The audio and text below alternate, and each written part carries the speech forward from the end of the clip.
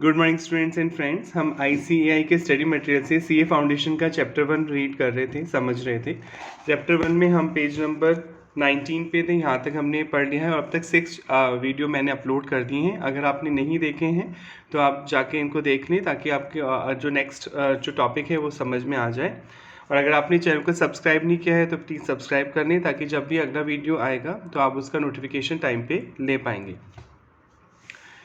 Next topic है limitation of accounting. Accounting की limitations क्या है, मतलब अकाउंटिंग किन चीज़ों को करने में उतनी सक्सेसफुल नहीं होती है जो उसे करनी चाहिए वैसे तो, पर वो नहीं कर पाती। उसकी कुछ सीमाएं हैं, लिमिटेशंस हैं अकाउंटिंग की, वो आपको यहाँ पे पढ़नी है। There are certain misconception regarding financial statement. Financial statements आप समझते हैं, आप पढ़ चुके हैं। P&L अकाउंट, बैलेंस शीट, ये फाइनेंशियल स्टेटमेंट का पार्ट है। Cash flow statement, statement of changes in equity और शेड्यूल और नोट्स जो आप बनाते हैं, उनके बारे में बहुत सारी मिसकंसेप्शंस हैं, बहुत सारी ऐसी बातें हैं जो धारणा बनी है जो गलत है। A common man presume that an income statement show the correct income and loss of the enterprises. एक कॉमन मैन को जो लगता है, जो कॉमर्स का इतना नॉलेज नहीं रखता है, उसे लगता है कि जो P&L अकाउंट से प्रॉफिट और जो लॉस शो रहा है वो सही है बिल्कुल। And that a balance sheet depict मतलब शो करती है, दर्शाती है perfectly true and fair picture. Balance sheet आपको ट्रू एंड फेयर पिक्चर दर्शाती है financial standing of that enterprises, कि आपकी असेट कितनी है और आपकी लाइबिलिटीज़ कितनी है। It must be recognise that accounting as a language has its own limitation. Accounting business की लैंग्वेज तो है, पर इसकी भी कुछ अपनी सीमाएं हैं, अपनी रिस्ट्रिक्शंस हैं, लिमिटेशंस हैं। द फिगर ऑफ प्रॉफिट और loss generated by accounting process are subject to various constraint within which the accounting work. जो P&L आपको फिगर देता है अकाउंटिंग की प्रॉफिट और लॉस की, उसकी बहुत सारी सीमाएं हैं अकाउंटिंग करते समय। उसकी क्या सीमाएं हैं वो हम यहाँ पे एक एक करके समझेंगे। The assumption and convention on which the accounting is based. जो अजम्पशन होती है, कुछ कन्वेंशन होती है, कुछ प्रिंसिपल जो आप पढ़ेंगे अकाउंटिंग, कुछ कन्वेंशन कुछ प्रिंसिपल्स पर बेस्ड होती है, become the limitation of accounting. और यही चीज़ें अकाउंटिंग की लिमिटेशन बन जाती हैं, कमियां बन जाती हैं। The financial statement are never free from subjectivity factor as they are largely the outcome of personal judgement of accountant. हर अकाउंटेंट का पर्सनल जजमेंट होता है। इससे मटेरियलिटी कॉन्सेप्ट आप पढ़ते हैं। मटेरियलिटी कॉन्सेप्ट क्या बोलता था, महत्व की अवधारणा, कि जो चीज़ें मटेरियल नेचर की हों, बहुत बिजनेस के पॉइंट ऑफ व्यू से वो कॉस्टली हो, तो उनको आप असेट के तौर पे रिकॉर्ड करेंगे। और जो चीज़ें मटेरियल नेचर की नहीं है वो सेम ईयर में रेवेन्यू एक्सपेंसेस मानते हुए आप P&L में ट्रांसफ़र कर देंगे। जैसे कैलकुलेटर खरीदा किसी कंपनी ने 2000 रुपीज़ का, सिटीजन कंपनी का या बहुत अच्छी कंपनी का, तो कैलकुलेटर सालों साल चलेगा। इसमें वो दो कैरेक्टरिस्टिक्स पूरी हो रही हैं जो एक फिक्स एसेट में होती हैं। आप पढ़ चुके हैं 11 से, अब दोबारा भी पढ़ेंगे यहाँ फाउंडेशन में। फिक्स एसेट एक ऐसी एसेट होती है जिसमें दो कैरेक्टरिस्टिक्स होती हैं, दोनों कैरेक्टरिस्टिक्स फुलफिल होनी चाहिए। एक तो वो लॉन्ग टर्म पर्पस के लिए खरीदी है, यानी बिजनेस में यूज़ करने के लिए खरीदा गया है उन्हें, मोर देन 1 ईयर जनरली। और सेकंड, वो रीसेल पर्पस के लिए नहीं खरीदी गई हैं, उन्हें बेचने के मोटिव से नहीं खरीदा गया है। तो ऐसी कोई भी एसेट जो आप बिजनेस में यूज़ करेंगे लॉन्ग टर्म पर्पस के लिए और उन्हें रीसेल पर्पस के लिए नहीं खरीदा गया है, बेचने के पर्पस के लिए नहीं खरीदा गया है, तो आप इन एसेट को फिक्स एसेट बोलते हैं और एसेट साइड में रिकॉर्ड करते हैं, राइट।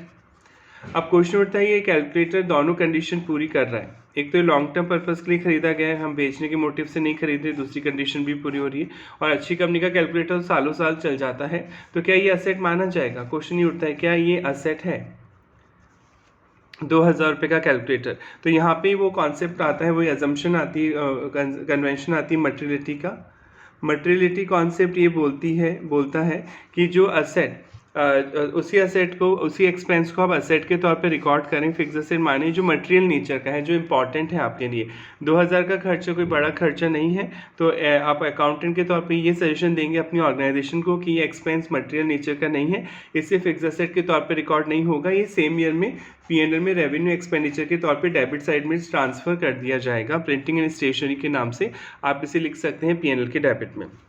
अब क्वेश्चन उठता है, क्या कोई लिमिट है क्या 2000 3000। कोई लिमिट नहीं है, ये अकाउंटेंट पे छोड़ा गया है, उस ऑर्गेनाइजेशन के अकाउंटेंट और मैनेजमेंट पे, कि वो कैसे डिसाइड करता है। कोई अकाउंट ऑर्गेनाइजेशन हो सकती है ये बोले कि 5000 से ऊपर के खर्चे को ही हम कैपिटल नेचर का मानेंगे, यानी असेट के तौर पे रिकॉर्ड करेंगे। कोई ऑर्गेनाइजेशन ये बोले 10,000 से ऊपर के एक्सपेंस को ही माना जाएगा, 15,000 के ऊपर के एक्सपेंस को ही माना जाएगा। तो ये लिमिटेशन हो गई अकाउंटिंग की, कि हर अकाउंटेंट अपने हिसाब से जजमेंट लेता है, हर मैनेजमेंट अपने हिसाब से जजमेंट ले सकता है कि किस एक्सपेंस को वो रेवेन्यू के तौर पे रिकॉर्ड करेगा, अगर वो फिक्स एसेट की बात आ रही है तो मटेरियलिटी कॉन्सेप्ट के अकॉर्डिंग, और किस एक्सपेंस को कैपिटल मानेगा। तो यही बोला गया है यहाँ पर। The financial statements are never free from subjectivity, कुछ कॉमन चीज़ें होती हैं जिसको समझनी होती हैं। Factor as these are largely the outcome of personal judgement, इसमें पर्सनल जजमेंट अकाउंटेंट का इन्वॉल्व होता है कि वो किस चीज़ को कंसिडर कर रहा है with regard to adoption of the accounting policy को अपनाते समय। फॉलोइंग आर सर्टेन इंस्टेंसेस, कुछ एग्जाम्पल दे रखे हैं जहाँ पे अकाउंटिंग उतनी ढंग से काम नहीं कर पाती है जितना उसे परफॉर्म करना चाहिए, यानी अकाउंटिंग की कुछ कमियां हैं जो यहाँ पे आपको बताई गई हैं।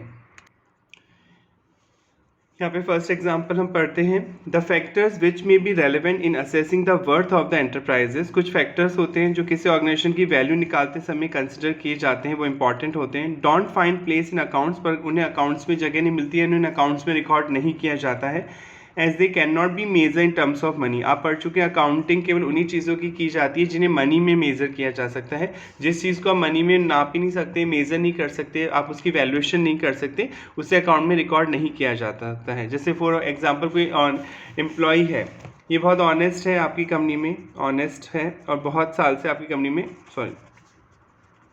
ऑनेस्ट है और बहुत साल से आपकी कंपनी में जॉब करता है, तो ये ईमानदार है एम्प्लॉय और इसकी ईमानदारी से आपकी ऑर्गेनाइजेशन को फ़ायदा है। ये मतलब ये कैश का सही मैनेजमेंट करता है, कैश में कभी गड़बड़ी नहीं होती है, तो ये वर्थ रखता है आपके ऑर्गेनाइजेशन में। पर ये कितनी वैल्यू की वर्थ रखता है, क्या आप बता सकते हैं कि आपके ऑर्गेनाइजेशन को ये 10 लाख का फ़ायदा करा रहा है या 20 लाख का फ़ायदा करा रहा है? आप नहीं बता सकते। कुछ फैक्टर्स ऐसे होते हैं जो आप कैलकुलेट नहीं कर सकते हैं मनी में।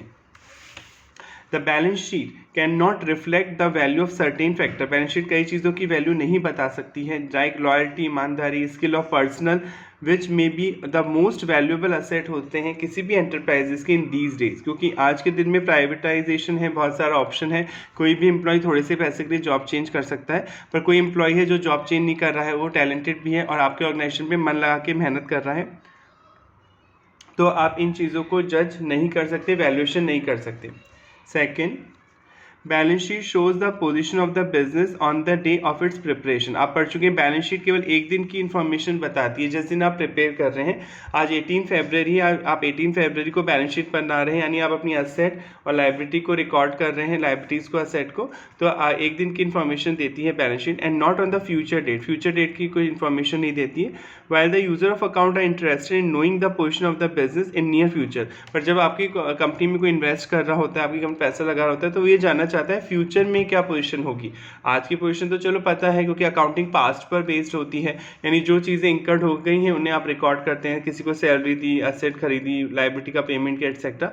पर फ्यूचर में इंटरेस्टेड होता है कोई भी यूज़र, क्योंकि वो आपकी कंपनी में तभी पैसा लगाता है जब उसे लगता है कि फ्यूचर अच्छा है उस कंपनी का, पर अकाउंटिंग बैलेंस शीट फ्यूचर की डिटेल नहीं देती है।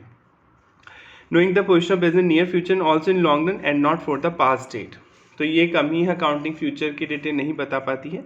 Accounting ignore changes in some money factor like inflation, accounting inflation को इग्नोर करती है। इन्फ्लेशन को हिंदी में महंगाई बोलते हैं, जिसमें गुड्स और सर्विसेज की वैल्यू बढ़ जाती है।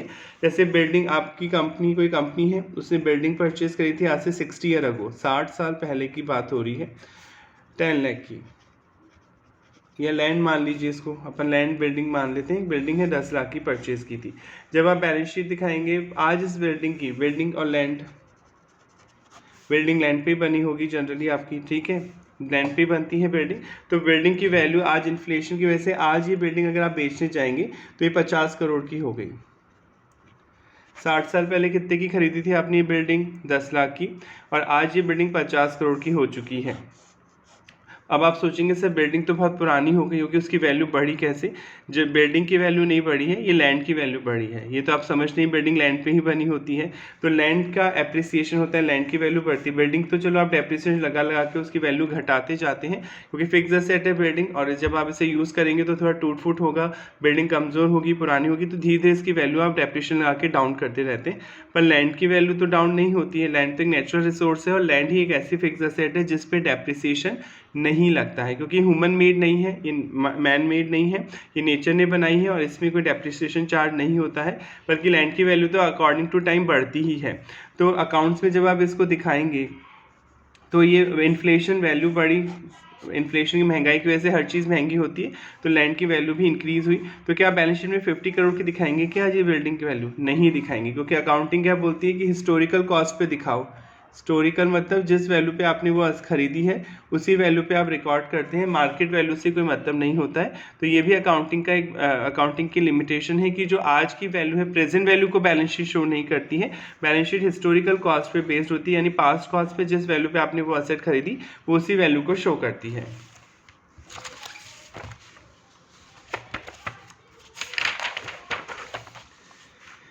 Next limitation, there are occasions, कई बार ऐसे मौके आते हैं, अवसर आते हैं, when accounting principle conflict with each other, accounting principle आपस में क्या करते हैं, कॉन्फ्लिक्ट करते हैं। अब ऐसे कौन से एग्जांपल हो सकते हैं, देखें अकाउंटिंग प्रिंसिपल में ही कॉन्फ्लिक्ट हो जाता है जो अकाउंटिंग नियम है, जैसे प्रूडेंस अप्रोच, एक होती है प्रूडेंस अप्रोच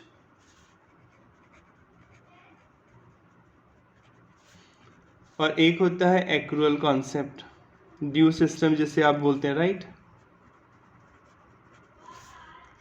प्रूडेंस अप्रोच और accrual concept. Prudence accrual concept क्या बोलता है, जैसे आपको इनकम मिलने वाली है किसी से 10,000 रुपीज़, रेंट मिलने वाला है इस साल आपको, पर ये मिला नहीं, किसी रीजन से दे नहीं पाया, वो टेनेंट बोल रहा है नेक्स्ट ईयर देगा, तो क्या ये इस साल की इनकम मानी जाएगी, बिल्कुल मानी जाएगी। एक्रूअल कॉन्सेप्ट क्या बोलता था, ड्यू कॉन्सेप्ट, एक्रूअल कॉन्सेप्ट या मर्केंटाइल सिस्टम क्या बोलता है, whether income received or not received, whether expense paid or not paid, if such income or expense relate to this financial year, current financial year, so such income or expense have to be recorded in the books of account, तो आप उसे books of account में record करेंगे, क्योंकि accrual concept ये बोलता है क्योंकि वो आपके करंट ईयर से रिलेटेड है ट्रांजेक्शन, तो भले ही इनकम मिली नहीं हो पर ये इस साल की इनकम मानी जाएगी,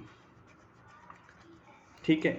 जबकि प्रूडेंस अप्रोच क्या बोलती है, बुद्धिमानी की अप्रोच ये बोलती है कि एक्सपेंसेस को तो आप रिकॉर्ड कर लें, अगर आपको लग रहा है फ्यूचर में कोई एक्सपेंस इंकर्ड हो सकता है, फ्यूचर में चांसेस है कोई एक्सपेंस आपको देना पड़ सकता है, तो उसके लिए आप अभी से प्रोविज़न बना के रखें, प्रोविज़न बनाते हैं ना, तैयारी करके रखते हैं, पैसे बचा के चलते हैं कि फ्यूचर में कोई काम पड़ जाए। और कोई इनकम अगर फ्यूचर में मिलने वाली है, मिली नहीं है, मिलेगी, उसको रिकॉर्ड नहीं करना चाहिए। तो यहाँ कॉन्फ्लिक्ट हो रहा है, एक्रूअल कॉन्सेप्ट बोल रहा है रिकॉर्ड करना चाहिए क्योंकि वो आपकी करंट ईयर की इनकम है, मिलेगी नहीं मिलेगी वो बात की बात है, पर आपने करंट ईयर में उसे अर्न कर लिया है, कमा लिया है, तो उसे रिकॉर्ड करेंगे। जबकि प्रूडेंस अप्रोच क्या बोल रही है, इनकम जो मिलेगी फ्यूचर में उसे आप रिकॉर्ड नहीं करेंगे। तो यहाँ दोनों एक दूसरे को कॉन्फ्लिक्ट करते हैं। तो कई बार अकाउंटिंग में कुछ कॉन्सेप्ट होते हैं जो एक दूसरे को कॉन्फ्लिक्ट करते हैं, पर हम एक्रूअल बेसिस पे ही अकाउंटिंग करते हैं, तो यानी एक्रूअल कॉन्सेप्ट जो है प्रूडेंस अप्रोच पे भारी पड़ता है, एक्रूअल कॉन्सेप्ट के अकॉर्डिंग अकाउंटिंग की जाती है। तो यही बोल रहा है कि देयर आर ओकेजन, कई बार ऐसे मौके आते हैं when accounting principle conflict with each other, जब एक दूसरे से वो कॉन्फ्लिक्ट करते हैं। Next, certain accounting estimate depend on the sheer personal judgement, कुछ अकाउंटिंग जो एस्टीमेट होते हैं पर्सनल जजमेंट पे डिपेंड करते हैं of the accountant. For example provision for doubtful डेब्ट, जैसे आपकी बिजनेस है, आपका डाउटफुल डेब्ट तो आप समझते हैं, आपने 10 लाख की सेल करी, सपोज 10 लाख की सेल करी, और आपको लगता है कि इसमें से 1% पैसा डूब सकता है, 10,000 रुपीज़ बैड डेब्ट्स हो सकते हैं आपके डेटर्स जिन्हें आप उधार सामान बेच रहे हैं, क्रेडिट पे सामान बेच रहे हैं, वो पैसे नहीं देंगे टाइम पे और आपका पैसा डूब जाएगा। तो आप इसके लिए पहले से अरेंजमेंट करके चलते हैं, प्रोविज़न बना के चलते हैं, ताकि आपको बाद में जोर का झटका ना लगे, क्योंकि आपने पहले ही उसका अरेंजमेंट कर रखा है। अब कोई अकाउंटेंट हो सकता है 1% बोले, मैं बोल रहा हूँ नहीं 2% मानो इसको, क्योंकि मुझे लग रहा है 2% पैसा डूबेगा। तो यहाँ पर्सनल जजमेंट हो रहा है, अकाउंटेंट पर्सनल जजमेंट से डिसाइड कर रहे हैं, इसका कोई फॉर्मूला नहीं है कि आप कोई कैलकुलेट करके दे देगा उस फॉर्मूले से। तो अकाउंटिंग जो एस्टीमेट है कई बार पर्सनल जजमेंट पे भी डिपेंड करते हैं। मेथड ऑफ डेप्रिसिएशन की आप WDV मेथड से लगाना चाहते हैं या फिक्स मेथड से डेप्रिसिएशन लगाना चाहते हैं, वैसे आप आगे पढ़ेंगे, पर आप अगर 11th-12th में अपने कॉमर्स स्टूडेंट हैं तो आप समझते होंगे डेप्रिसिएशन का मतलब होता है किसी एसेट की वैल्यू को धीरे धीरे करके कम करना, क्योंकि टाइम बीतने के कारण या यूज़ में लेने के कारण उस एसेट की वैल्यू धीरे धीरे कम हो जाती है। तो उस एसेट की वैल्यू जो कम होती है उसे डेप्रिसिएशन बोलते हैं। जैसे आप बिल्डिंग यूज़ करेंगे, कार यूज़ करेंगे, तो उस एसेट की वैल्यू धीरे धीरे टाइम बीतने के कारण या यूज़ करने के कारण जो उस एसेट की वैल्यू में कमी आएगी ड्यू टू टाइम और ड्यू टू यूसेज, तो उस जो कमी आएगी उसे आप डेप्रिसिएशन नाम देते हैं। डेप्रिसिएशन जनरली 2 तरीके से लगाया जाता है, एक तो फिक्स मेथड होता है, फिक्स इंस्टॉलमेंट मेथड, और एक होता है WDV मेथड या डिमिनिशिंग मेथड या स्ट्रेट। इस फिक्स मेथड को स्ट्रेट लाइन मेथड भी बोलते हैं, इसे डिमिनिशिंग मेथड भी बोलते हैं। फिक्स मेथड क्या बोलते हैं, जैसे 1 लाख रुपए की आपने कोई मशीन खरीदी, इस पर 10% डेप्रिसिएशन लगेगा पर एनम, तो हर साल 10,000 रुपये चार्ज होगा डेप्रिसिएशन, या आप ये मान रहे हैं कि ये मशीन की वैल्यू हर साल 10% से गिरेगी, आपके अकॉर्डिंग आप इतना यूज़ कर लेंगे कि इसकी 10% वैल्यू गिरेगी, तो 10,000 रुपये एवरी ईयर आप डेप्रिसिएशन के नाम से P&L अकाउंट में चार्ज करेंगे, यानी अपनी इनकम में से इस खर्चे को घटाएंगे, लॉस को घटाएंगे, और 10 साल बाद इस असेट की वैल्यू अपने आप जीरो हो जाएगी, क्योंकि एवरी ईयर 10,000 डेप्रिसिएशन हम लगा रहे हैं, तो 10 साल बाद 1 लाख रुपये आप डेप्रिसिएशन चार्ज कर देंगे, तो 10 साल बाद इस असेट की वैल्यू आपकी बुक्स में जीरो हो जाएगी। तो ये फिक्स मेथड है, आप फिक्स मेथड से डेप्रिसिएशन चार्ज कर रहे हैं। जबकि WD मेथड क्या बोलता है कि पहले साल का 10% लगाया 10,000, तो अगले साल जो डेप्रिसिएशन आप चार्ज करेंगे वो 90 की वैल्यू पे चार्ज करेंगे, यानी WD मेथड में जो कॉस्ट है उसमें से पहले डेप्रिसिएशन जो आपने चार्ज किया सेम ईयर का वो डिडक्ट होगा, फिर नेक्स्ट ईयर का डेप्रिसिएशन रिमेनिंग वैल्यू पे चार्ज किया जाएगा, तो वो 9,000 आएगा। इसी तरह थर्ड ईयर का डेप्रिसिएशन 81,000 पे चार्ज होगा, एंड सो ऑन। तो ये मेथड चूज़ करना, जैसे देखिए इसमें डेप्रिसिएशन हर साल 10,000 आ रहा है, जबकि इसमें डेप्रिसिएशन बदल गया, सेकेंड ईयर में हो गया 9,000, थर्ड ईयर में हो जाएगा 8100। तो ये जजमेंट लेना किसको है, अकाउंटेंट को लेना है कि वो फिक्स मेथड अडॉप्ट करेगा या WD मेथड अडॉप्ट करेगा, और इससे डेप्रिसिएशन की कैलकुलेशन में फ़र्क आ जाएगा। सर्टेन एक्सपेंडिचर रेवेन्यू, और ये भी होता है recording certain expenditure revenue expenditure माने या कैपिटल माने, जो बताया था आपको मैटेरियलिटी कॉन्सेप्ट को। हो सकता है किसी ऑर्गेनाइजेशन के लिए 10,000 रुपये बहुत बड़ा खर्चा हो, तो वो उस एक्सपेंस को कैपिटल नेचर का माने, कैपिटल नेचर का अगर मान लेंगे तो आप उसे असेट साइड में रिकॉर्ड करेंगे और धीरे धीरे उस पर डेप्रिसिएशन लगा के हर साल उसकी वैल्यू को कम करते जाएंगे। और अगर आप रेवेन्यू नेचर का मानते हैं कोई एक्सपेंस, तो वो सेम ईयर में ही मान लिया जाता है कंज्यूम हो गया, और सेम ईयर में ही आप P&L के डेबिट में उसे ट्रांसफर कर देंगे। Selection of method of valuation of inventory, आप स्टॉक का वैल्यूएशन कैसे करेंगे अब ये सीखेंगे। आप स्टॉक के वैल्यूएशन करने के भी तरीके होते हैं, and the list is quite long, ये बहुत बड़ी लिस्ट है। तो यानी कुछ अकाउंटिंग एस्टीमेट भी पर्सनल जजमेंट से अफेक्ट होते हैं, जिसके कारण अकाउंटिंग हर किसी के लिए सेम नहीं हो सकती है। Next, financial statement consider those asset which can be express in monetary term. ये कई बार आप पढ़ चुके हैं, अकाउंटिंग केवल उन्हीं चीज़ों की जाती है जो मॉनेटरी टर्म्स जिन्हें मनी में मेजर किया जा सके। तो जो फाइनेंशियल स्टेटमेंट्स होते हैं आपके P&L account, balance sheet, cash flow statement, ये सब मनी में एक्सप्रेस की जाने वाली चीज़ों को ही रिकॉर्ड करते हैं। ह्यूमन रिसोर्सेज, कई बताया था आदमी भी इंपॉर्टेंट होते हैं, जो आपके की पर्सन है आपके ऑर्गेनाइजेशन में काम कर रहे हैं, human resources. Although the very important asset of the enterprises are not shown in the balance sheet, पर हम ह्यूमन वैल्यू थोड़ी शो करते हैं, किसी आदमी की वैल्यू थोड़ी दिखाते हैं असेट में। There is no generally adopted formula, कोई फार्मूला भी नहीं है for valuation of human resource monetary term कि आप उसे मॉनेटरी टर्म्स में कैलकुलेट कर सकें। वैसे आप CA फाइनल में आएंगे तो वहाँ पे कुछ ऑथर्स ने फॉर्मूले दिए हैं कि कैसे किसी ह्यूमन की वैल्यू आप जज कर सकते हैं, पर अभी तक उस अकाउंटिंग को प्रैक्टिकली अडॉप्ट नहीं किया जाता है। 7. Different accounting policy for treatment of same item add to the probability of manipulation। एक ही चीज़ के लिए अलग अलग तरह से अकाउंटिंग की जा सकती है। जैसे बताया ना, डेप्रिसिएशन WDV से भी निकाल सकता है कोई अकाउंटेंट, कोई फिक्स एसेट से भी मेथड से निकाल सकते हैं, दोनों के प्रॉफिट में फ़र्क आ जाएगा। Though through various laws and accounting standard बने हुए हैं, एफर्ट आर मेड, पर कोशिश हमेशा की जाती है to reduce these option to minimum, कि ये ऑप्शन ना दिए जाए अकाउंटेंट को, यानी सब लोग एक जैसी अकाउंटिंग करें, but certainly could not be reduce to 1, पर ने बिल्कुल जीरो तो नहीं किया जा सकता ना, कि कुछ अकाउंटेंट की ओपिनियन तो अलग होगी, तो सब कुछ तो एक जैसा नहीं हो सकता, पर हमेशा लॉ बना की कोशिश की जाती है कि इन सब मेथड्स को एक जैसे मेंटेन किया जाए। इन नटशेल मतलब समरी के तौर पे हम सारांश में क्या कह सकते हैं, इट कैन बी सेड, ये कहा जा सकता है that the language of accounting has certain practical limitation, कुछ practical limitation होती हैं, व्यवहारिक सीमाएं होती हैं, and therefore इस वजह से the financial statement should be interpreted carefully, उन्हें बहुत ढंग से पढ़ना चाहिए, keeping in mind all various factor, बहुत सारी बातों को ध्यान में रखना चाहिए, influencing the true picture, ताकि आप बिजनेस की सही पोजीशन पता कर सकें कि आप कितने प्रॉफिट में हो कितने लॉस में हैं। Next, role of accountant in the society. एक अकाउंटेंट सोसाइटी में क्या भूमिका दे सकता है, कि मतलब अकाउंटिंग समाज के लिए क्या कर सकता है एक अकाउंटेंट। तो इसे भी ईजी है, फटाफट पढ़ लेते हैं। There are only a few types of profession in the world, केवल कुछ ही प्रोफेशन ऐसे हैं इस दुनिया में, which are held in high esteem, जिन्हें बहुत अच्छा माना जाता है इन पब्लिक आई, दुनिया पब्लिक जनता की आंखों में, जैसे डॉक्टर हो गया, engineer. There is no denying the fact that the accounting profession is one of them. आजकल CA और CMA और CA जो प्रोफेशनल डिग्री आप लेते हैं, ये भी एक बहुत अच्छा डिग्री है और आपको एक समाज में पहचान मिलती है इसकी वजह से। Goethe had called the accountant, एक ऑथर थे गोथ में क्या कहा था अकाउंटेंट के बारे में, profession as the fairest invention, ये बहुत अच्छा आविष्कार है ह्यूमन माइंड का। अकाउंटिंग एक बहुत अच्छा आविष्कार है ह्यूमन माइंड का। At the core of all type of learn profession, her profession को लर्न ही करना पड़ता है आपको। अगर लॉयर बनना है तो आपको लॉ पढ़नी पड़ेगी, सीए बनना है तो सीए का कोर्स करना पड़ेगा। तो हर प्रोफेशन को आप लर्न करके ही सीखते हैं। There is the desire of public good, आपकी उसमें इच्छा होनी चाहिए कि आप पब्लिक की भलाई करना चाहते हैं इससे। And of finding the best way to serve society, और आप बेस्ट तरीके से सोसाइटी की सेवा करना चाहते हैं। By the use of the science, आप कुछ साइंस के कुछ फॉर्मूलों की मदद लेते हैं अकाउंटेंसी में। And under the spell of its art, और अपनी आर्ट को आप यूज़ करते हैं। पढ़ा था अकाउंटिंग साइंस भी है, आर्ट भी है। साइंस इसलिए है क्योंकि अकाउंटिंग भी कुछ फॉर्मूलों पे बेस्ड होती है, कुछ प्रिंसिपल पर बेस्ड होती है। आर्ट क्यों है? क्योंकि हर आदमी अपने हिसाब से उसे मैनेज करता है। मतलब आर्ट मतलब हर अकाउंटेंट अपने हिसाब से अकाउंटिंग में थोड़े बहुत चेंजेस करता है।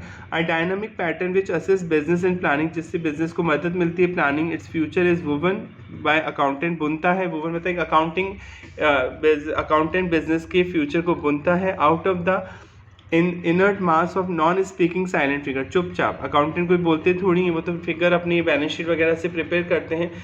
बोलना मैनेजमेंट का काम है। अकाउंटेंट हमेशा बैक डोर पे ही काम करते हैं, मतलब ऑफिस में काम करते हैं।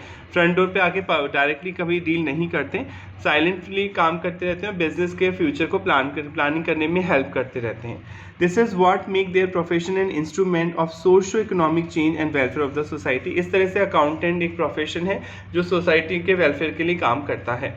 An accountant with his education, वो अपनी एजुकेशन के साथ ट्रेनिंग जो उसने ली है, एनालिटिकल माइंड जो उसके पास माइंड है, उसे अप्लाई करके an experience is the best qualified to provide multiple need based services. वो मल्टीपल नीड बेस्ड सर्विसेज दे सकता है टू एवर ग्रोइंग सोसाइटी, बढ़ती हुई सोसाइटी को।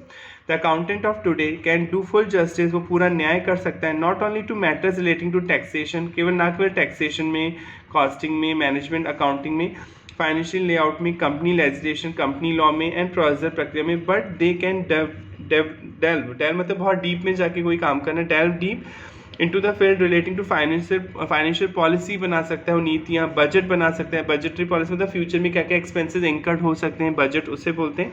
बजट फ्यूचर में जो एक्सपेंसेस होते हैं उसका आप अभी से एस्टिमेट निकालते हैं। फ्यूचर में जो इनकम एक्सपेंस होने वाले हैं उनकी अनुमान लगाते हैं, कितना खर्चा होगा, कितनी इनकम होगा, उससे आप बजटरी पॉलिसीज का पार्ट मानते हैं।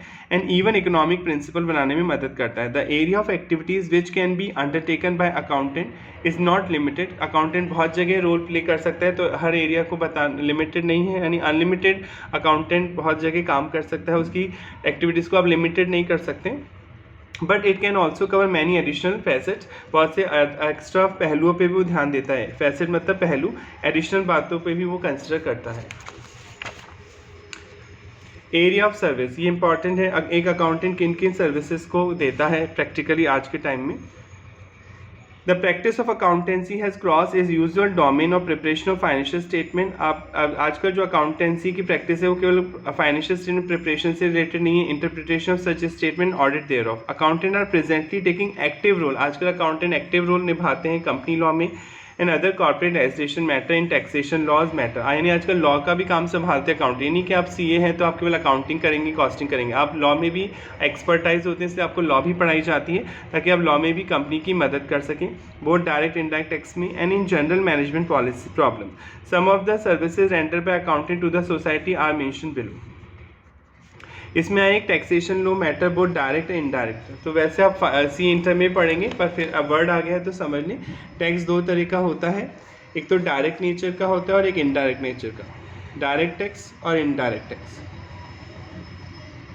डायरेक्ट टैक्स एक ऐसा टैक्स होता है जहाँ पे पेयर और बियरर सेम पर्सन होता है। Pair and bearer same person होता है, यानी जो पे करेगा वही उसका बर्डन भी बियर करेगा। वो अपना बर्डन किसी पे शिफ्ट नहीं कर सकता। जैसे आपकी जॉब लग गई, आपकी सैलरी 1 लाख पर मंथ है सपोज, और टैक्स की रेट सपोज इंडिया में 10% है, तो 10,000 टैक्स हुआ।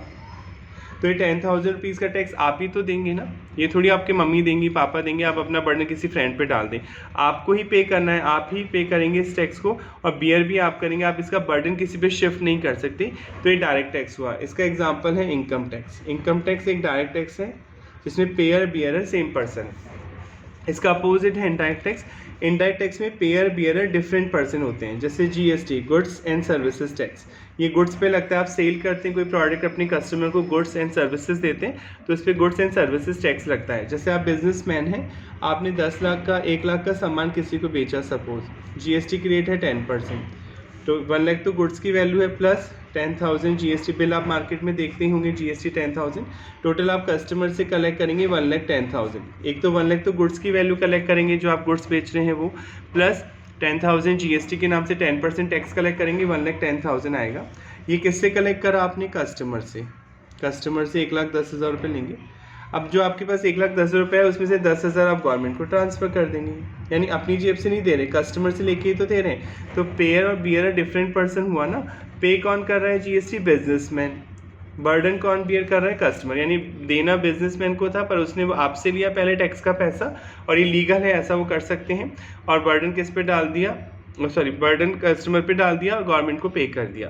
तो इनडायरेक्ट टैक्स एक ऐसा टैक्स होता है जिसमें पेयर और बियर डिफरेंट पर्सन होते हैं। पे बिजनेसमैन करता है और कलेक्ट किससे करता है? वो कस्टमर से, यानी बर्डन किस पे डाल देता है? कस्टमर पे, और ये लीगल है, आप ऐसा कर सकते हैं। डायरेक्ट टैक्स में अगर आप गलती से बर्डन कस्टमर पे डालेंगे और ये बात इनकम टैक्स अथॉरिटी को पता चलती है तो अब आप पे पैनल प्रोविजन स्टार्ट होते हैं, गलत माना जाता है, आपको पेनल्टी वगैरह लगाई जाती है, क्योंकि डायरेक्ट टैक्स का बर्डन शिफ्ट नहीं हो सकता, जबकि इनडायरेक्ट टैक्स का बर्डन शिफ्ट हो सकता है।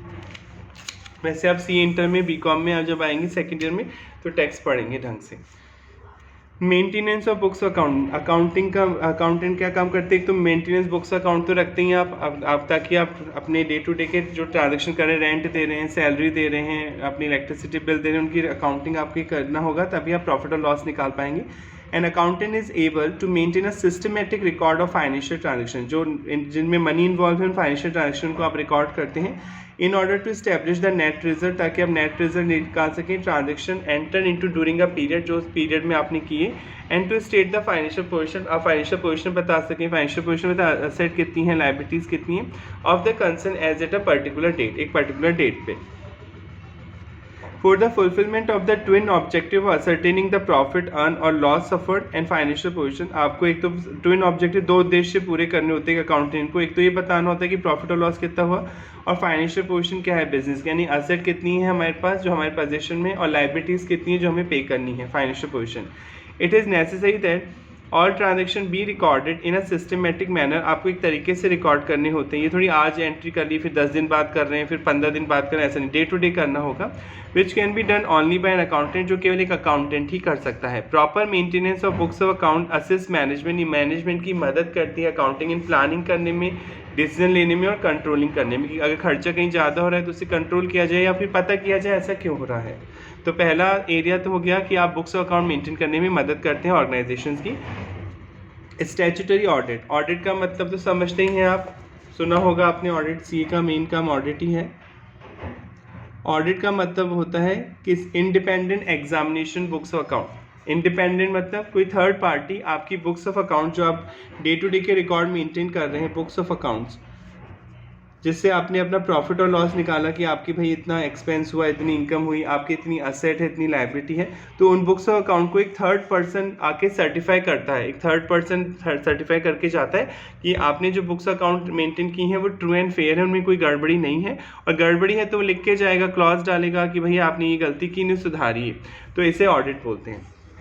इंडिपेंडेंट लिख लीजिए, अगर आप नोट्स की कॉपी लेके बैठा करें साथ में, ताकि जो एक्स्ट्रा चीज़ें आपको बताई जाएँ वो आप उसे हाथ हाथ लिखने, और लिखने से याद होता है, ये आपको पता ही होगा, नहीं पता है तो प्लीज़ उसे अप्लाई करिए, कुछ चीज़ें लिख लिख के ही याद होती हैं। ऑडिट का मतलब होता है independent examination books of account. Independent मतलब कोई थर्ड पर्सन जो आपके अंडर में नहीं है। सपोज आप एक्स लिमिटेड कंपनी में जॉब करते हैं, आप एक चार्टर्ड अकाउंटेंट हैं, सीए कर रखा है आपने, आप इस कंपनी में जॉब करते हैं, ठीक है, आपकी सैलरी मान लेते हैं 2 लाख रुपए है पर मंथ, आप में नॉलेज है अच्छी खासी। अब इस कंपनी को अब ये चेक करवाना है कि बुक्स अकाउंट जो हमारे डे टू डे की अकाउंटिंग है वो सही है नहीं, तो ये आपसे कहती है कि तुम सीए हो, तुम ही सर्टिफाई कर दो, एक सर्टिफिकेट दे दो बुक्स अकाउंट सही है गलत। आप ऐसा नहीं कर सकते, क्योंकि आप यहाँ जॉब करते एम्प्लॉय हैं, एम्प्लॉय इस कंपनी के अंडर में है, तो आप अपनी कंपनी के बारे में तो अच्छा ही बोलोगे ना, अगर बुरा बोलोगे तो जॉब से निकाल देगी। तो यहाँ इंडिपेंडेंट एग्जामिनेशन नहीं कर पाएंगे ना, आप जजमेंट नहीं ले पाएंगे ढंग से, क्योंकि आपका इन्फ्लुएंस है आपकी कंपनी, क्योंकि आप अपनी कंपनी के लिए काम कर रहे हैं। तो कौन कर सकता है ऑडिट? जो अपना ऑफिस खोल के बैठे हैं सीए, जिन्हें आप प्रैक्टिसिंग चार्टर्ड अकाउंटेंट बोलते हैं, जो सी खुद का ऑफिस खोलते हैं, आप एक्स कंपनी उनसे कांटेक्ट कर सकती है और फिर उन्हें हायर कर सकती है प्रोफेशनल फीस देके। वो आपकी कंपनी के अकाउंट्स को सर्टिफाई करते हैं कि आपकी अकाउंटिंग सही हो रही है, गलत हो रही है। तो ये कंपलसरी है। कुछ ऑर्गेनाइजेशन को अकाउंटिंग करवाना कंपलसरी, जो आप अभी पढ़ेंगे आगे जाके।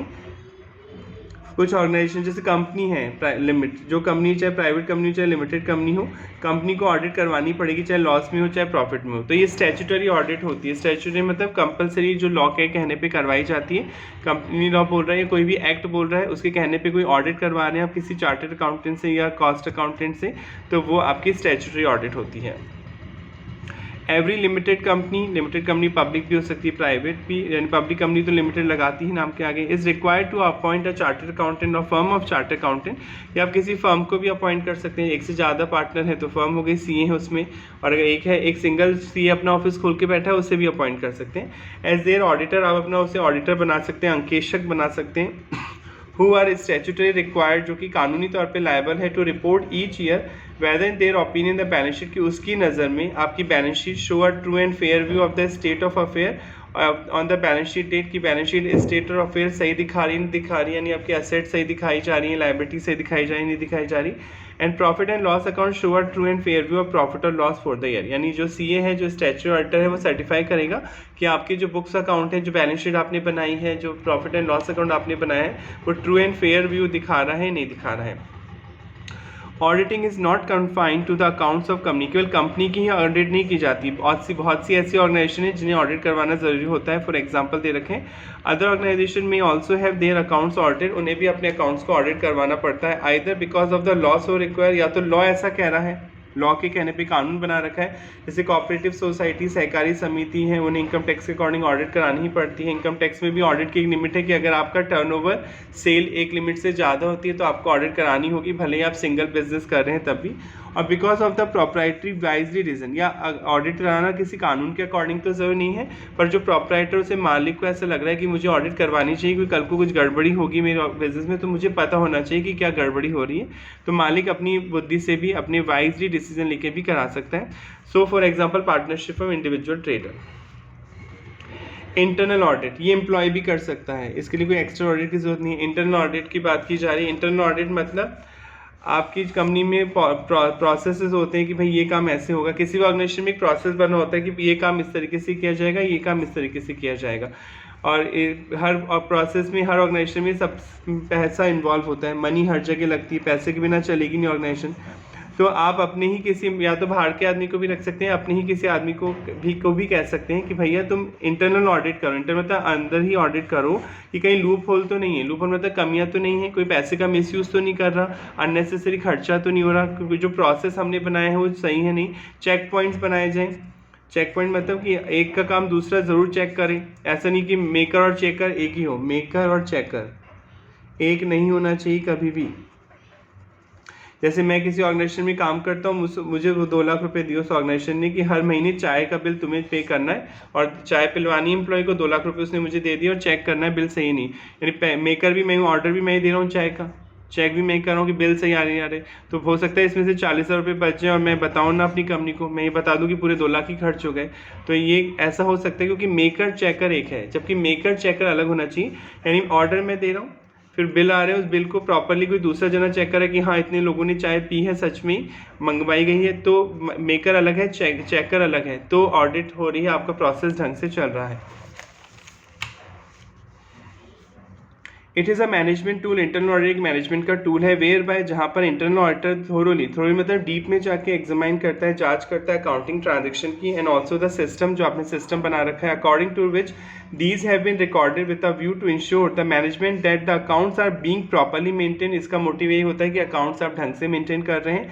एंड सिस्टम कंटेन मतलब इंक्लूड एडिक्वेट सेफगार्ड, आपने सुरक्षा कवच लगाए हैं टू चेक करने के लिए एनी लीकेज, कोई लीकेज तो नहीं है रेवेन्यू में, इनकम में कोई मिस एप्रोप्रिएशन तो नहीं हो रहा, कोई गलत यूटिलाइजेशन तो नहीं हो रहा आपकी प्रॉपर्टी और असेट का। And the operation have been carried out in conformity with the plan of management, in conformity with management के प्लान के अकॉर्डिंग ही होना चाहिए, जो मैनेजमेंट ने आपको बोला है उसके प्लानिंग के अकॉर्डिंग वो काम होना चाहिए। Nowadays, internal auditing has developed as a service to management। Internal auditor management को सर्विस देता है। The internal auditor constructively contribute, लगातार कंट्रीब्यूट करता है, अपना योगदान देता है इन इंप्रूविंग द ऑपरेशनल एफिशिएंसी, सुधारने में कि आपका ये प्रोसेस गलत है, इसे सही किया जाए, of the business through an independent review and appraisal of all business operation. तो इंटरनल ऑडिटर में आपको बाहर का आदमी भी हो सकता है, खुद का अपने आप किसी अपने एम्प्लॉय को भी इंटरनल ऑडिट की जिम्मेदारी दे सकते हैं, जबकि स्टैट्यूटरी ऑडिटर हमेशा थर्ड पार्टी होगी, आपके एम्प्लॉय नहीं कर सकता ऑडिट। तो एरिया ऑफ सर्विस में एक तो मेंटेनेंस ऑफ बुक्स अकाउंट करना अकाउंटेंट की जिम्मेदारी है, स्टैट्यूटरी ऑडिट जो लॉ के अकॉर्डिंग करना आपकी हो करवाई जाती है, या आप अपनी इच्छा से भी करवा सकते हैं किसी थर्ड पार्टी की, और एक इंटरनल ऑडिट। टैक्सेशन, अकाउंटेंट का काम ही टैक्स का टाइम पे कैलकुलेट करके जमा कराना। An accountant can handle taxation matter भी हैंडल करता है of a business or a person, and he can represent that business or person before the tax authority. आप टैक्स अथॉरिटी, अगर मान लीजिए कोई टैक्स वालों से कोई नोटिस वगैरह आता है तो ऑनर तो नहीं जानता, तो अकाउंटेंट रिप्रेजेंट कर सकते हैं, वहाँ जा सकते हैं ऑनर के भी आप पे टैक्स अथॉरिटी से मिलने के लिए, and settle the tax liability, आप टैक्स लायबिलिटी को सेटल कर सकते हैं। Under the statute with the law prevailing, he can also assist in avoiding or reducing tax burden by proper planning of tax affair। आप planning करके अपना tax भी बचा सकते हैं या कोई पेनल्टी वगैरह को अवॉइड कर सकते हैं। Accountant also have a social obligation to express their view on broad tax policy. आपको अपनी टैक्स पॉलिसी बनाती है कंपनी की, हमें टैक्स बचाने के लिए, चोरी नहीं बचाना, चोरी करेंगे तब तो गलत है, टैक्स कैसे बचा सकते हैं, इनकी पॉलिसी होती है कि हमें यहाँ कई जगह इन्वेस्टमेंट करने पे टैक्स वाले छूट कर देते हैं कि अगर आप यहाँ इंडस्ट्री लगाते हैं तो आपको टैक्स में बेनिफिट मिलते हैं, तो वो पॉलिसी बनाने में मदद करता है accountant. On the effect of tax rate on business की, ताकि बिजनेस पे टैक्स की रेट कम हो सके, and the economy in general and all other aspect of taxation को ध्यान में रखते हुए, in which they have knowledge superior to that of the general public, general public की भलाई भी कर सके। टैक्स की चोरी नहीं करनी है, प्लानिंग आप कर सकते हैं, चोरी करेंगे तो गलत माना जाएगा। यानी वो टैक्सेशन मैटर में भी हेल्प करता है accountant. Management accounting consultancy service, management के लिए, मैनेजमेंट अकाउंटिंग मतलब मैनेजमेंट को ग्राफ दे रहे हैं, चार्ट दे रहे हैं, प्रेजेंट कर रहे हैं। मैनेजमेंट अकाउंटिंग भी अकाउंटिंग का ही पार्ट है जो आपने पढ़ा था। ये मैनेजमेंट के लिए टूल के तौर पर इस्तेमाल होता है। मैनेजमेंट डिसाइड करता है किस प्रोडक्ट को हमें कंटिन्यू करना है, किस प्रोडक्ट को बंद करना है, और फ्यूचर में क्या क्या प्लानिंग करनी है। Management accountant perform an advisory function, आप एक तरह से एडवाइस देते हैं, सलाह देते हैं मैनेजमेंट को काम करने के लिए।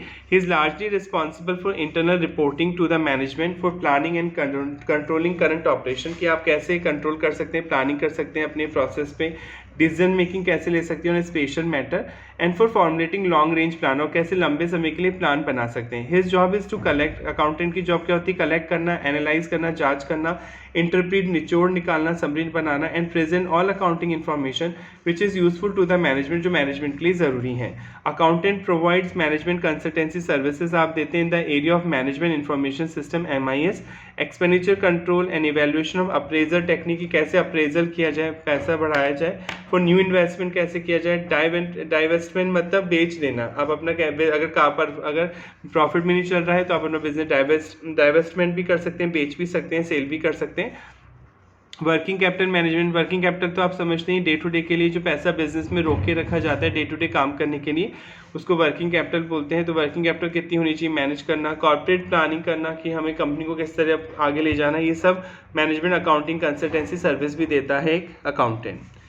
नेक्स्ट, फाइनेंशियल एडवाइस, तो नाम से पता चल रहा है आप सलाह देते हैं, फाइनेंशियल एडवाइस देते हैं कि भैया पैसे को ऐसे यूज़ करो।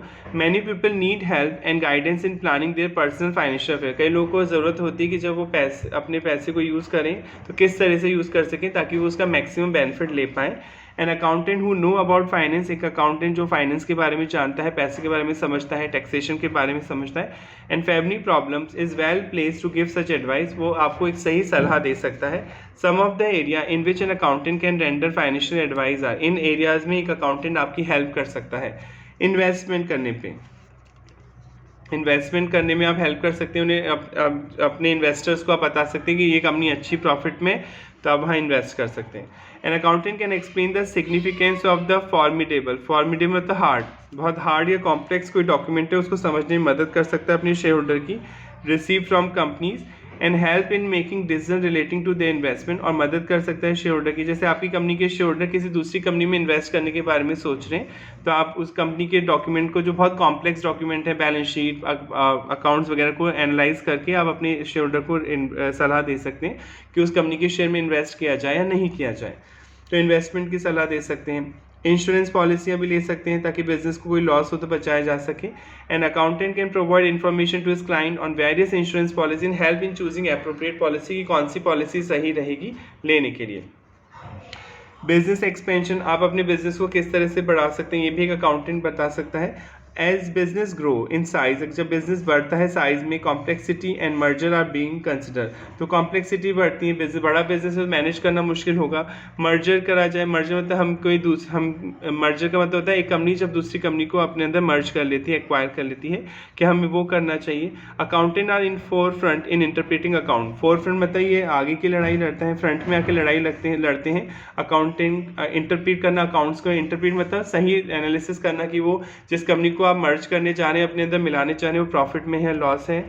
मेकिंग सजेशन देता है, as to form of scheme बनाते हैं। And the fairness of proposal considering cost को चेक करते हैं। फाइनेंशियल कॉन्सिक्वेंसेज देखते हैं कि अगर हम उस कंपनी को खरीदते हैं तो हमें कितना बड़ा इन्वेस्टमेंट करना होगा, क्योंकि हमें अपनी कंपनी चलाने के लिए भी तो बिजनेस करना है। तो ये सब देखते हैं। जैसे एक्स लिमिटेड है, ये वाई लिमिटेड को अपने अंदर मर्ज कर रही है, इसको खरीद रही है, मर्ज करना मतलब मिक्स करना, इसकी सारी एसेट लायबिलिटीज़ क्यों जाएंगी, इसके बदले पेमेंट भी तो लेगी वाई कंपनी। सपोज 15 करोड़ में डील होती है, तो 15 करोड़ रुपये देने पे हमारी कंपनी भी क्या असर पड़ेगा कि हमारी कंपनी तो लॉस में नहीं आ जाएगी ना। हमारे पास इतने सफिशिएंट पैसे तो होने चाहिए ना कि हम बिजनेस आगे रन कर सकें किसी कंपनी को मर्ज करने के बाद। तो ये सारा अकाउंटेंट देता है और डीप एनालिसिस करके अकाउंट्स का। They also advise on how to set about the problem of borrowing money, कि अगर आप पैसा उधार लेंगे, अगर आपके पास नहीं है 15 करोड़ देने के लिए तो उधार लेना पड़ेगा, तो उससे क्या प्रॉब्लम आ सकती है। Whether this N appropriate method of finance, क्या पैसा उधार लेना एक सही तरीका है या नहीं। अकाउंटेंट कैन रेंडर मतलब प्रदान करता है, आपको सर्विस देता है। एक्सट्रीमली यूजफुल सर्विस देता है इन कनेक्शन ऑफ नेगोशिएशन, बातचीत करता है फॉरेन कोलैबोरेटर के साथ। किसी फॉरेन इन्वेस्टर से पैसे लाना है तो अकाउंटेंट ही बात ज़्यादा करता है, क्योंकि वो अकाउंटिंग समझता है। फॉरेन कोलैबोरेटर आपके साथ तभी जुड़ते हैं जब आपकी कंपनी अच्छी चल रही होती है, उन्हें लगता है कि वो आपको पैसा देंगे तो उनका पैसा टाइमली रिकवर होगा विद प्रॉफिट। इन्वेस्टिगेशन तो करता ही, अकाउंटिंग में फ्रॉड वगैरह हो रहा है उन्हें रोकता है। Financial investigation are required for a variety of purpose, financial investigation की जाती है, क्यों की जाती है देखें। To ascertain the financial position of a business, एक बिजनेस की फाइनेंशियल पोजीशन चेक करने के लिए कि आपकी एसेट कितनी है, लायबिलिटी कितनी है। For the information of interested party जो शेयर होल्डर है, मैनेजमेंट, उन्हें बताने के लिए कि आपकी फाइनेंशियल पोजीशन क्या है बिजनेस की। In connection with an issue of capital, कि आपको कैपिटल इशू करनी चाहिए, शेयर इशू करके पैसा लाना चाहिए, द परचेज करना चाहिए, सेल करना चाहिए बिजनेस को, और रिकंस्ट्रक्शन और अमलगमेशन। रिकंस्ट्रक्शन एक वर्ड है लॉ में, एक अकाउंटिंग में चैप्टर भी आएगा, रिकंस्ट्रक्शन, पुनर्गठन, हिंदी में बोलते हैं रिकंस्ट्रक्शन। दो तरह का होता है रिकंस्ट्रक्शन, एक होता है इंटरनल रिकंस्ट्रक्शन लॉ में, एक होता है external reconstruction. Suppose x limited एक कंपनी है, इसकी लायबिलिटीज बहुत ज़्यादा हो गई, क्रेडिट उधार सामान ज़्यादा खरीदा है, सेल उतनी हो नहीं पा रही है, तो अब ये कंपनी बहुत ज़्यादा लॉसेस में जा रही है। तो एक तो ये तरीका है कि ये बंद हो जाए, अपनी सारी एसेट बेचे और अपनी लायबिलिटीज़ का पेमेंट कर दे, दिवाली हो जाए, बैंकरप्ट डिक्लेयर कर लिया अपने आप को, बैंकरप्ट दिवालिया हो गई। दिवालिया समझते ही हैं जब आपको आप अपनी ऑब्लिगेशंस को पूरा नहीं कर पाते अपनी एसेट बेचने के बाद भी, तो कोर्ट, आप अपने आप को खुद दिवालिया डिक्लेयर नहीं कर सकते, बैंकरप्ट डिक्लेयर नहीं कर सकते। कोर्ट ऑर्डर दे सकता है कि इस पर्सन को, इस कंपनी को बैंकरप्ट डिक्लेयर कर दिया जाए, दिवालिया डिक्लेयर कर दिया जाए। पर जब दिवालिया होगा तो सबको पूरे पैसे नहीं मिलते। जैसे सपोज क्रेडिटर को देने 10 लाख रुपए, जिनसे आपने उधार सामान खरीदा था क्रेडिटर, और आपकी सारी एसेट बेच के आएंगे 8 लाख रुपए, तो 8 लाख बेच के भी क्रेडिटर को तो पूरे पैसे मिलेंगे नहीं, और कंपनी की लायबिलिटी तो लिमिटेड होती है, आप शेयर होल्डर की पर्सनल एसेट तो बिकवा नहीं सकते, तो इन क्रेडिटर को 2 लाख का लॉस हो जाएगा।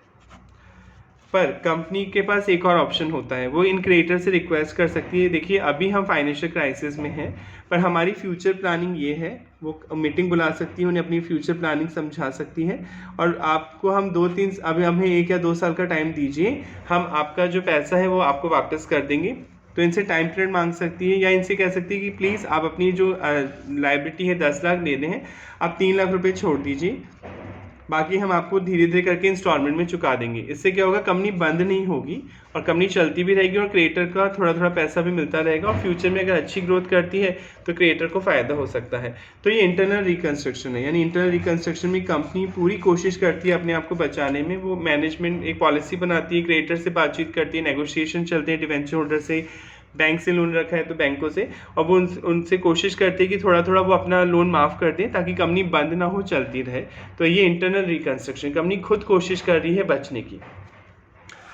ये आप अकाउंट्स में पढ़ेंगे, आपके कोर्स में आएगा। और ये भी एक्सटर्नल रिकंस्ट्रक्शन मतलब अमलगमीशन।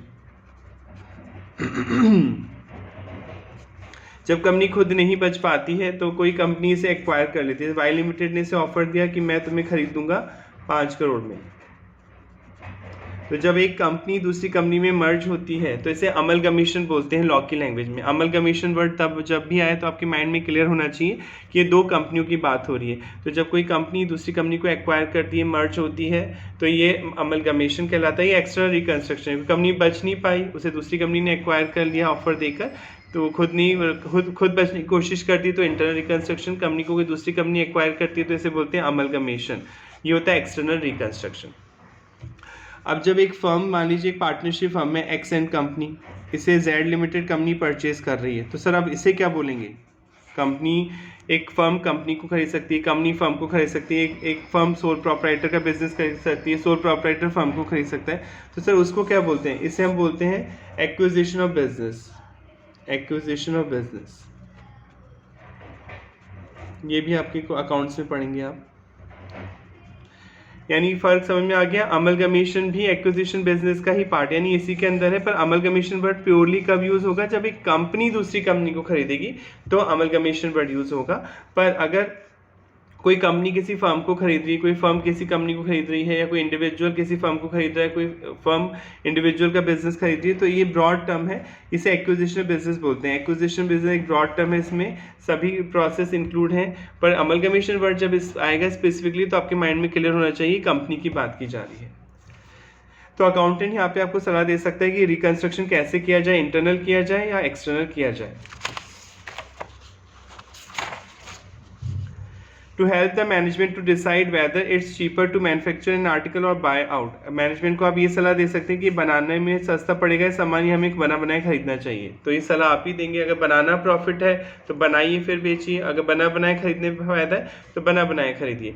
टू असर्टेन वाई प्रॉफिट है फॉलन, ये मदद कर सकता है अकाउंटेंट ये चेक करने में कि प्रॉफिट गिर क्यों रहा है, लगातार फॉल क्यों कर रहा है।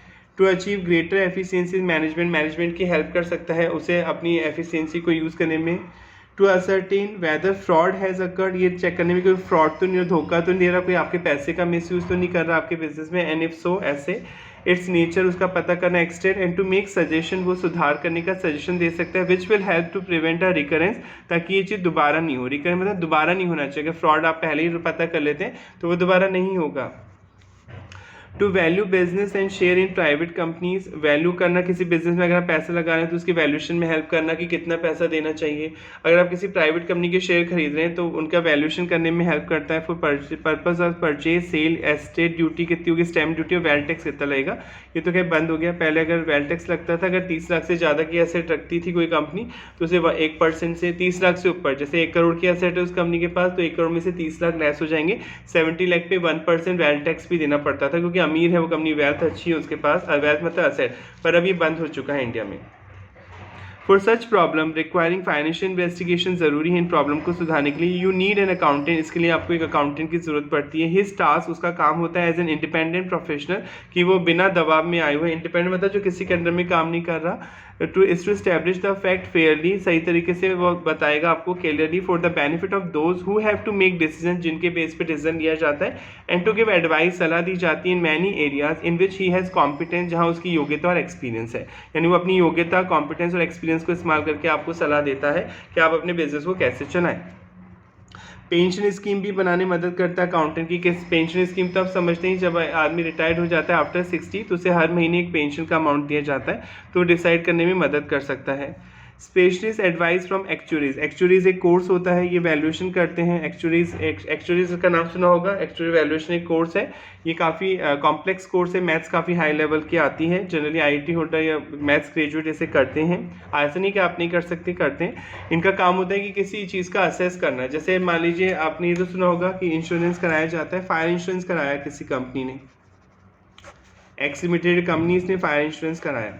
अब इसके आग लग गई, इसकी बिल्डिंग जल के ख़त्म हो गई, तो ये कह रहा है मेरा तो 25 करोड़ का नुकसान हुआ क्योंकि मेरा इतना स्टॉक था, इतनी मेरे फर्नीचर था एटसेट्रा। ये तो ज़्यादा ही बताएगा ना इंश्योरेंस कंपनी से पैसा लेने के लिए। तो इंश्योरेंस कंपनी अपने यहाँ पे एक एक्चुअरी को भेजती है। एक्चुअरी एक इंडिपेंडेंट पर्सन होता है जो जज करता है, वो चेक करता है कि जो 25 करोड़ डिमांड किए जा रहे हैं, इंश्योरेंस का पैसा जो मांगा जा रहा है ये सही है नहीं। तो ये एक्चुअरीज जो होते हैं वो स्पेशल एडवाइस देते हैं। उनसे एडवाइस देके एक अकाउंटेंट पेंशन स्कीम डिसाइड कर सकते हैं कितनी पेंशन दी जानी चाहिए आफ्टर रिटायरमेंट। इंश्योरेंस एजेंट से पैसा ले सकते, एडवाइस दे सकता है। Insurance company is needed before launching amending a provident fund or pension scheme in a business. कोई स्कीम लॉन्च करने से पहले एक्सपर्ट लोगों की एडवाइस ले सकता है।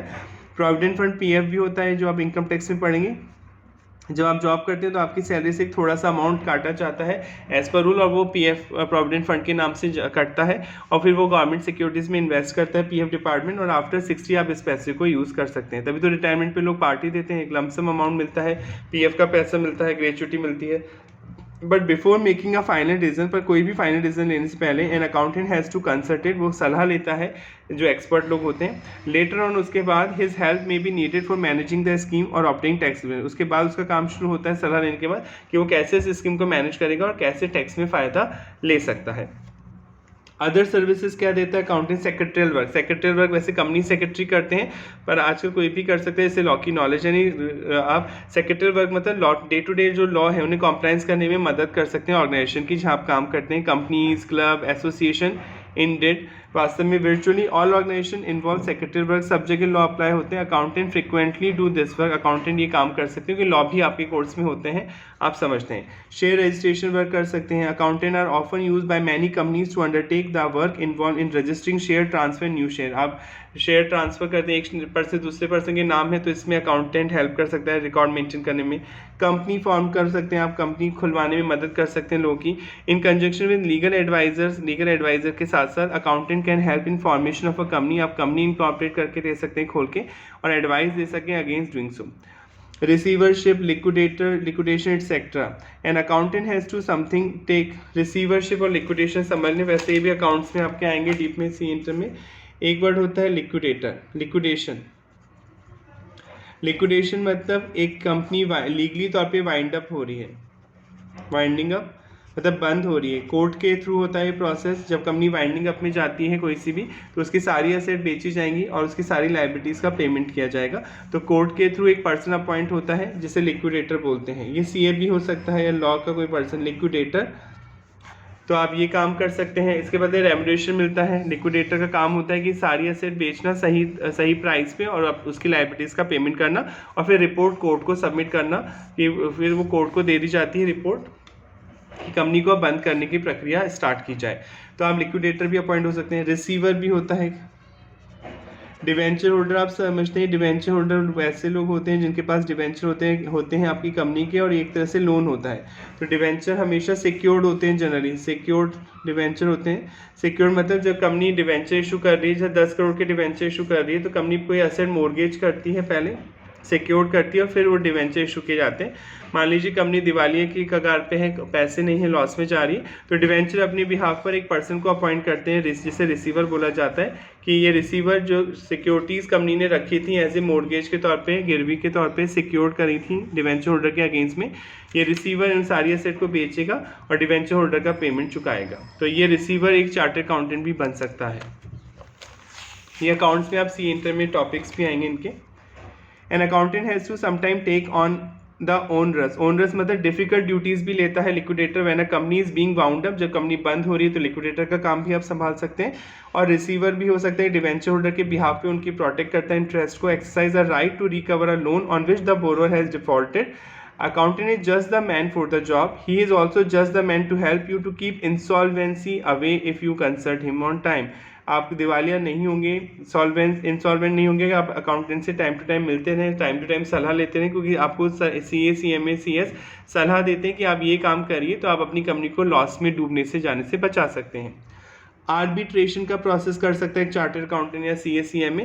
मतलब आप दो फर्मों के बीच में लड़ाई हो गई, दो कंपनियों के बीच में लड़ाई हो गई, तो आप सुलह करवाने का काम कर सकते हैं। कोर्ट में जाने से पहले का प्रोसेस होता है ये। अगर इसमें सुलह नहीं होती तो कोर्ट में सूट फाइल होता है। At times accountant are invited by parties to act as arbitrator, आप मध्यस्थता कर सकते हैं, आप पंच बन सकते हैं, मीडिएटर बन सकते हैं, आर्बिट्रेटर बन सकते हैं इन अ डिस्प्यूट और settle dispute of various kind. As regard the cost accountant, आप कॉस्टिंग की भी निकाल सकते हैं किसी प्रोडक्ट की। A cost accountant job is to continuously report cost data and related information frequent interval to management, आप मैनेजमेंट को बता सकते हैं कि एक किसी प्रोडक्ट को बनाने में क्या कॉस्ट आ रही है।